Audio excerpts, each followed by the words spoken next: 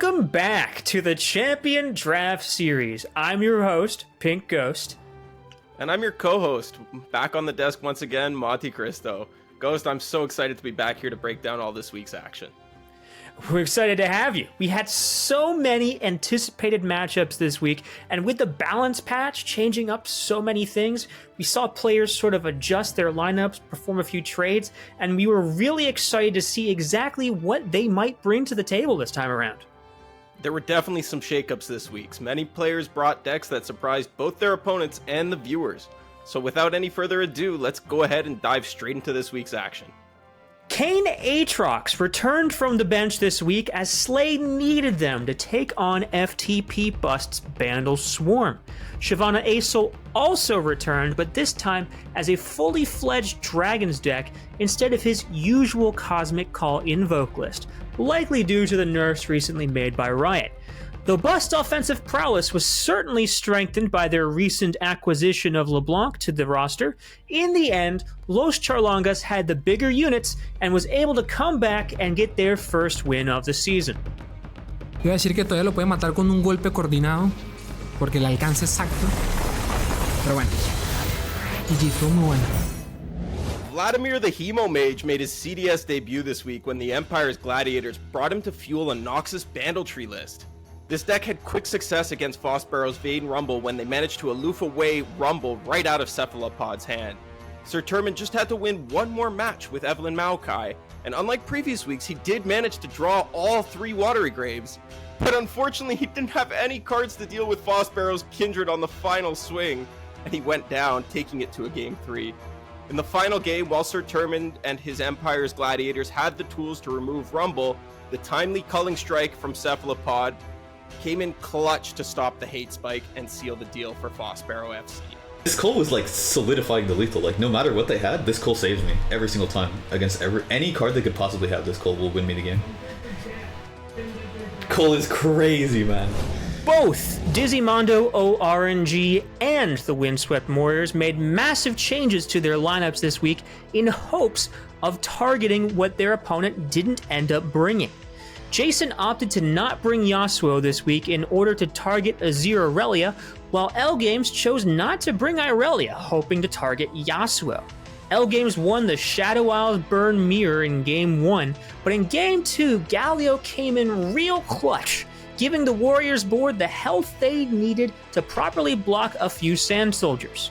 In Game 3, Jason quickly recognized Dizzimondo ORNG's lack of fearsome blockers and took full advantage of Nocturne for a fearsome swing to finish the match and further secure his place on the leaderboard.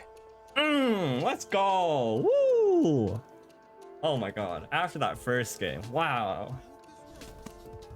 Alright, I'm happy about that one. If you watched this week's pregame show, you might recall Ghost and Ikato going over Roji's lineup and talking about how favored it looked into Spids this week.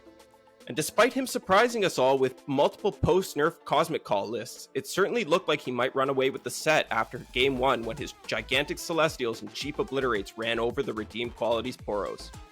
Game 2 also looked pretty good for the Extrusive Elementals. That is until Spids found her One of Morning Light and cast it on a Tweely Protector in order to combine with Leona and lock up the board so she could push through to a Game 3. In Game 3, the Poro King once again showed up, and while he had proven to struggle against Invokes in the first match of the set, the Extrusive Elementals didn't draw Cosmic Call early this time, and a multitude of Sejuanis combined with the board-stopping power of Buried in Ice gave the Redeemed Qualities exactly what they needed to push through to a victory. And we've got Spids with us here today to talk about her recent success in this previous week. Now, Spids, when you were preparing for this matchup, were you at all expecting Roji to pull out the 2 times Cosmic Call plus like Ziggs Xerath roster? Yeah, obviously. It was just tipped up in my mind. It was the first thing I thought of when I thought of Roji. I was like, yeah, double Cosmic Call right after the buffs that they just did in the new update where they made it so you don't even have to click any extra cards now. You just instantly get what you want. No, of course not. Absolutely no idea in hell was I ever thinking they would do that. I thought it was going to be big dumb mid-range, and instead I got weird control combo nonsense. So it was definitely a blindside. Now, what did it actually take for you to pull out a W for this week? Did you, like, plan or develop any sort of strategy over the course of the match to overcome what was quite likely an unfavorable matchup for you?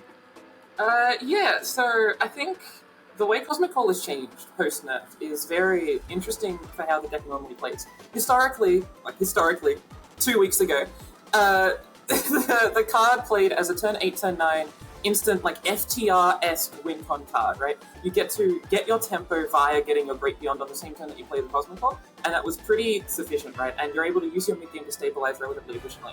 In modern Cosmic Coal, the fact that it doesn't give you any tempo play immediately means that you sort of have to play it on turn 5, 6, 7, and if you're able to pressure that when they don't have enough time to play Sisters or whatever, or play Warrior or something, you are able to get a little bit more aggressive in it. So I think being able to pressure the mid-game was something that I was more willing to do in a lineup that wasn't originally intending to do. And I think playing for those things, like playing Porous Sled on 5, for example, and that sort of stuff, allowed me to pressure a little bit more than I would have otherwise been able to do had Cosmic Coal not been nerfed or had they been bringing like big dummy rings. Now, looking towards your next match, you've mentioned earlier in the season that you think Foxborough FC left the draft with one of the best rosters, and they currently happen to be tied for the same score with you. How challenging do you expect it to be to overcome them this week? I would maybe say this is one of the hardest weeks. I don't know what goes on in Cephalopod's mind. You can watch his YouTube and you can pretend to know what goes on in his mind. You got no clue what Cephalopod's thinking.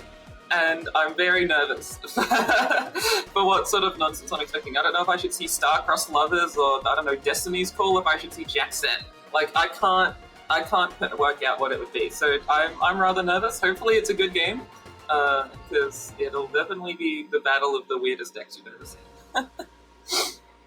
Well, we certainly look forward to it, and we wish you the best of luck in your next batch. Thanks for showing up here today.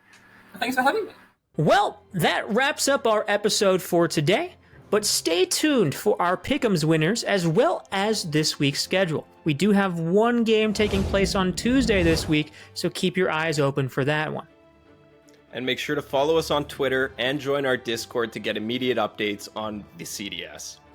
And don't forget to follow us here on YouTube as well for everything Champion Draft Series. Thank you all for joining us this week. Thank you, Monty, for joining me up on the desk this time around. And we'll see you all tomorrow for the start of Week 5. We're already halfway through the season. How about that?